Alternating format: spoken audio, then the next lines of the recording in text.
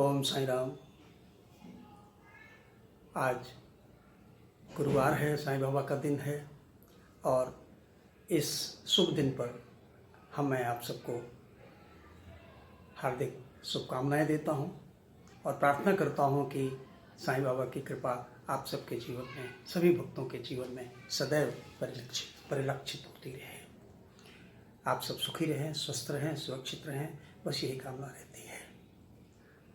तो जैसा कि पिछले कुछ गुरुवार से मैं आप लोगों के सामने साक्षात्कार के माध्यम से कुछ बातें साईं बाबा के बारे में या उनसे जुड़े मेरे अनुभवों के बारे में मैं बताता रहा हूं और उसी कड़ी में आज भी कुछ बातें साईं बाबा के बारे में करते हैं और इस तरह से हम साईं बाबा से सदैव जुड़े रहते हैं, उनका स्मरण करते हुए, उनकी कथाओं पर चिंतन करते हुए, उनकी कथाओं को पढ़ते हुए, उनके सच्चरित्र का ध्यान करते हुए। तो इस तरह से हमारी भक्ति जो है धीरे धीरे बाबा के प्रति प्रगाढ़ होती चली जाती है और हमें महसूस होने लगता है, उनके अनुभव में हमको पता चलता है कि बाबा किस तरह से उनकी कृपा हमारे ऊपर बरस रही है। यह एक दिन में नहीं होता है, 2 दिन में नहीं होगा, यह तो जीवन पर्यंत हमको करना है। और धीरे धीरे जब हम इस रास्ते पर चलेंगे तो एक स्थिति ऐसी आएगी जब पीछे मुड़ के देखोगे तो तुम्हें पता चलेगा कि हम कहाँ थे और हम कहाँ आ गए हैं।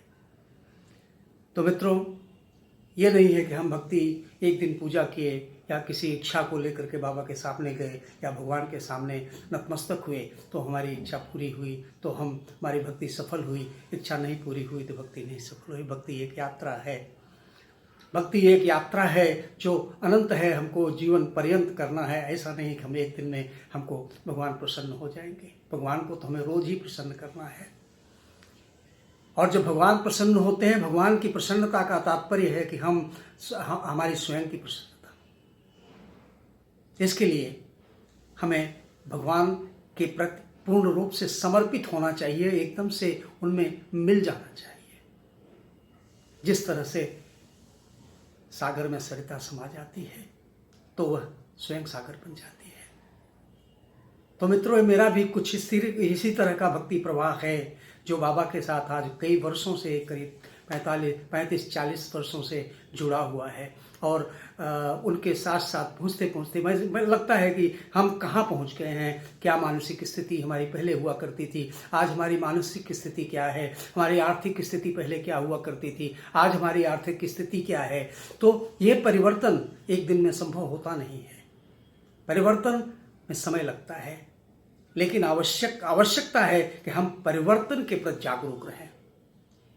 वो सकारात्मक परिवर्तन जीवन में तभी आएगा जब हम सकारात्मक सोचेंगे, हमारी भावनाओं में सकारात्मकता का संपुट होगा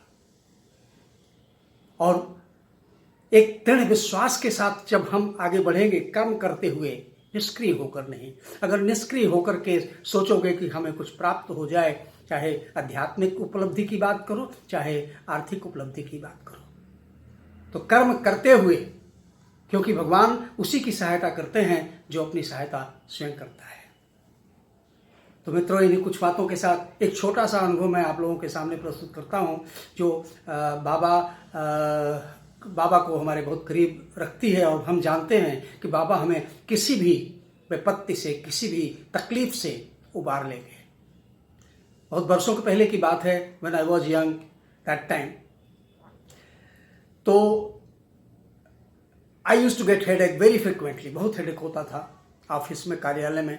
तो सारिडान अवेलेबल रहता था, मैं 3-3, 4-4 सारिडान एक दिन में खा जाता था, जो कि स्वास्थ्य के लिए सही नहीं है। तो इस विषय में मैंने कभी साईं बाबा से कोई चर्चा नहीं की थी, न प्रार्थना की थी, न पूजा की थी कि बाबा हमें इस सरदर्द से मुक्ति दिलाइए। लेकिन एक दिन स्वप्न की बात बता रहा हूँ, रात में मैंने स्वप्न देखा कि मैं बाबा के दर्शन के लिए कहीं गया हूँ और वो अज्ञात स्थान है, सीढ़ी भी नहीं है, बहुत एकदम अज्ञात स्थान, थोड़ा धुंधला सा दिख रहा था, अंधेरा सा था और वहाँ पर साईं बाबा, बहुत सारे मचान थे, उस पर साईं बाबा भी एक मचान पर लेटे हुए थे।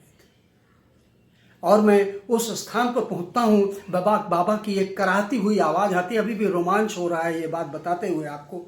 बाबा जो है कराहते हुए मंच से उठते हैं और कहते हैं बेटा तुम आ गए, बेटा तुम आ गए।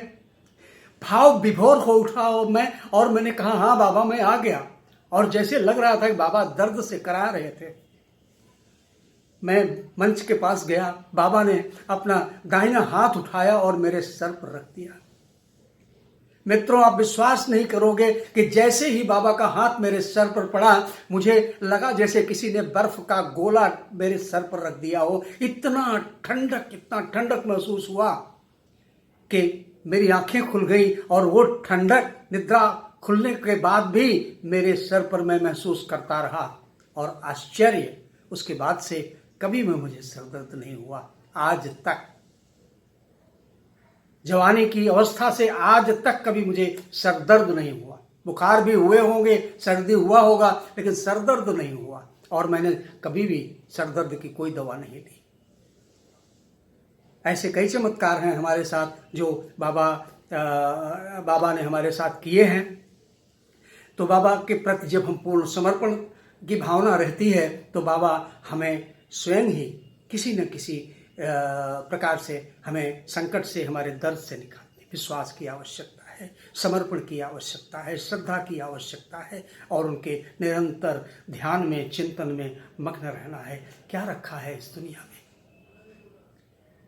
और ऐसा नहीं है कि दुनिया हमारे सामने है, सब कुछ हमारे सामने है, सब वहीं रहेगा, सब हम उपभोग करते रहेंगे। लेकिन उपभोग करने के समय हम उसके उचित अनुचित का हमको ध्यान ऑटोमेटिकली आ जाएगा जब हम ईश्वर की चेतना में रहेंगे। इस तरह से हमारी मानसिक प्रवृत्ति में सुधार होता है और जीवन जो है एक अनंत यात्रा पर निकल जाता है और आनंद से परिपूर्ण होता है।